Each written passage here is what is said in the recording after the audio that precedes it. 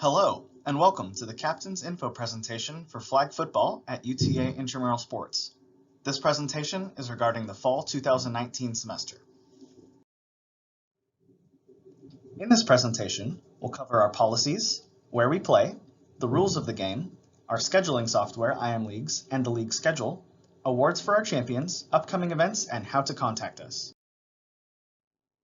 My name is Matt Holmquist, and I'm the coordinator for sport programs here at Campus Recreation. Travis Langford is the assistant director for sport programs. You will be interacting mostly with our student officials, the student supervisors, and the student program assistants, who is the highest level of management on any given night of activities. If you need to contact us, you can do so at iamsports@uta.edu. Our website is uta.edu/intramuralsports. You can find links to our rules, handbook, policies and procedures, as well as other events that are going on at Campus Recreation. IamLeagues is our scheduling software that we'll talk about. The rules in the handbook can also be found on IamLeagues.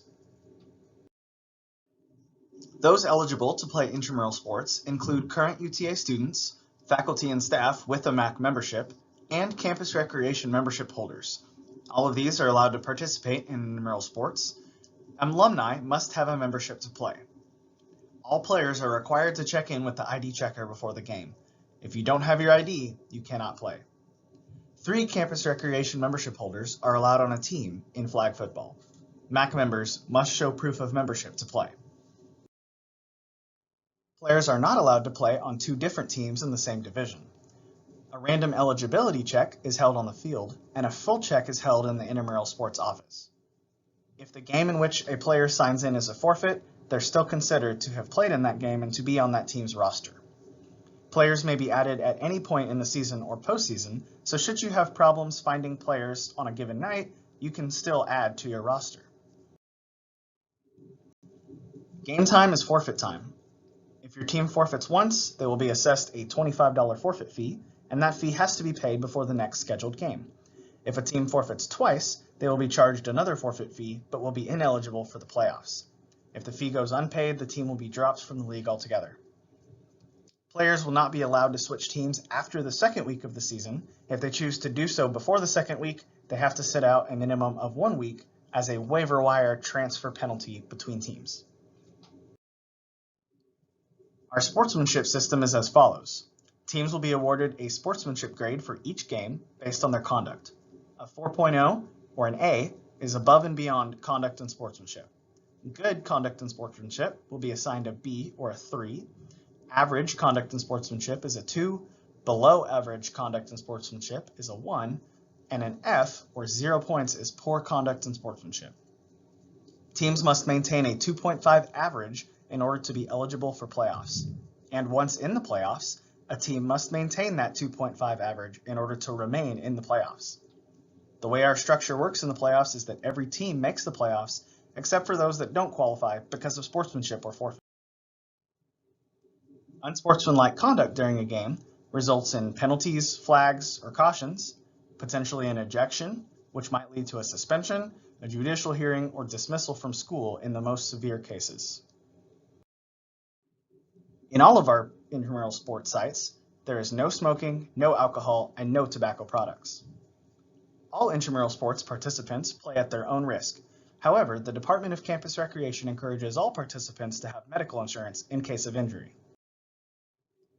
Every team makes the playoffs, except for teams that have 2 or more forfeits, or teams that default or forfeit greater than a combined 50% of their scheduled games, or any teams with less than a 2.5 sportsmanship average.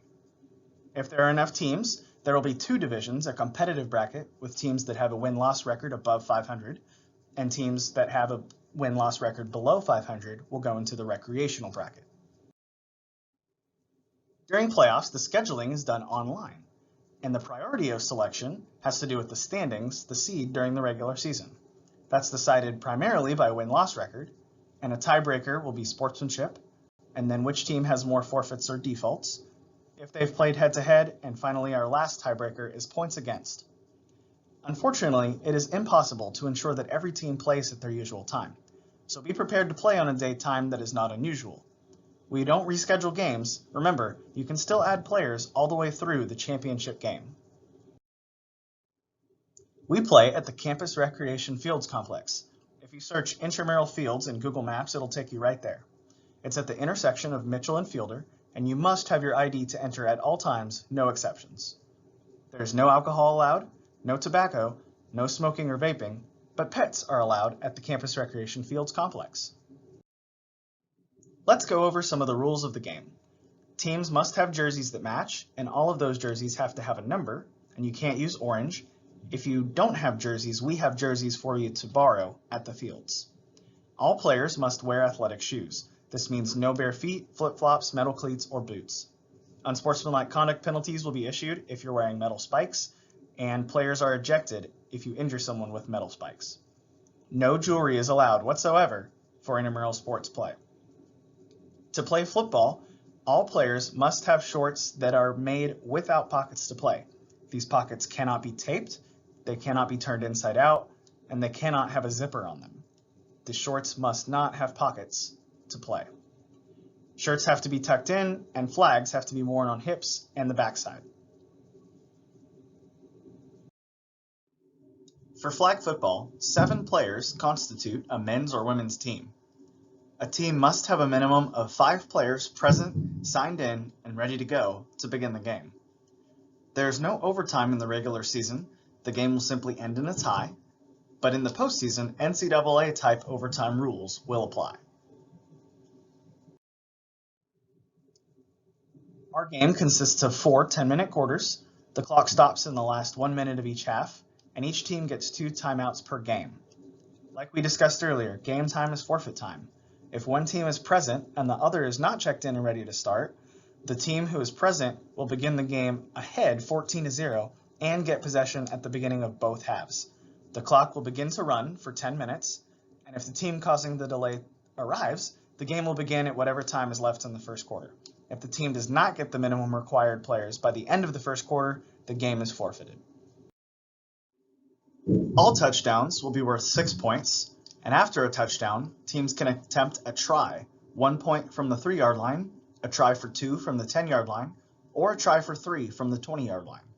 A safety is worth 2 points. If a team happens to be ahead by 19 or more points when the referee announces the 2-minute warning for the second half, or at any point afterwards, the game shall be over. If a team is ahead by 37 points to begin the fourth quarter, or any time within the fourth quarter, the game shall be over. At intramural sports, we have onside kicks during flag football. This is the opportunity for a team to elect for an onside kick after they score in the final 10 minutes of the second half, after attempting their try. If the team elects for that onside kick, they receive 1 attempt, similar to a try, but it's from the 30-yard line. If the play results in the offense advancing the ball across the goal line, the offense receives possession of the ball at their own 14-yard line to begin a series. They get the ball back. If the play does not result in the offense advancing the ball across the goal line, the defense receives the ball at an advantageous position at their own 34, 20 yards ahead of where they would before, because of the unsuccessful, quote, onside kick. All penalties will be enforced as if they occurred during a before and after try, and the clock will also operate as if this play is a try. A change of possession on a try causes the ball to become dead. Teams will play 1 game per week according to the division that they signed up for. In case of inclement weather, we will notify all players via IM Leagues. We will also post on our social media sites, so follow us at UTA IM Sports on Twitter. Captains, please ensure that your players are on the roster before the first game. New this fall, intramural sports staff will not be adding players to the roster on site. They may assist captains if there are any questions, but it is the responsibility of the captain to add or approve roster additions. Staff will not manually add players at the site. The champions for each league will receive t-shirts. You must play in at least 2 games to be eligible to receive your t-shirt. If a player misses the championship game, they have till the end of the semester to come into the intramural sports office to pick up the shirt. Each champion team will receive 100 free Buffalo Bites at Pluckers in Arlington. This is 100 bites per team, and you must present the coupon. Please take care of your wait staff. They're providing you a fantastic service, so please tip them as if you were to purchase the bites even though you're getting them for free. This coupon must be used before the end of the semester, and the expiration date will be on the coupon. Some other events we have this semester include outdoor soccer, which finishes registration on September 9th, kickball on the 16th, volleyball October 7th, and 3-on-3 basketball on the 14th. Time slots for these leagues are also first come, first served, so sign up soon to get the slot that you want. Other events that we have include Ouzball, which has been voted the #1 student tradition on campus. The event date for that is September 27th, so sign up soon. We also have an opportunity for teams to potentially travel to the Flag Football Regional Tournament. This is in UT Austin, and it's November 1st through 3rd. You're always guaranteed at least 3 games, and UTA will reimburse your registration if you are the champion within your league on the UTA campus, with certain conditions. Hotels are about $79 per night for this tournament, so if you're interested, please contact us. Here's our contact information, website, phone number, email. Make sure to follow us on Twitter and like us on Facebook.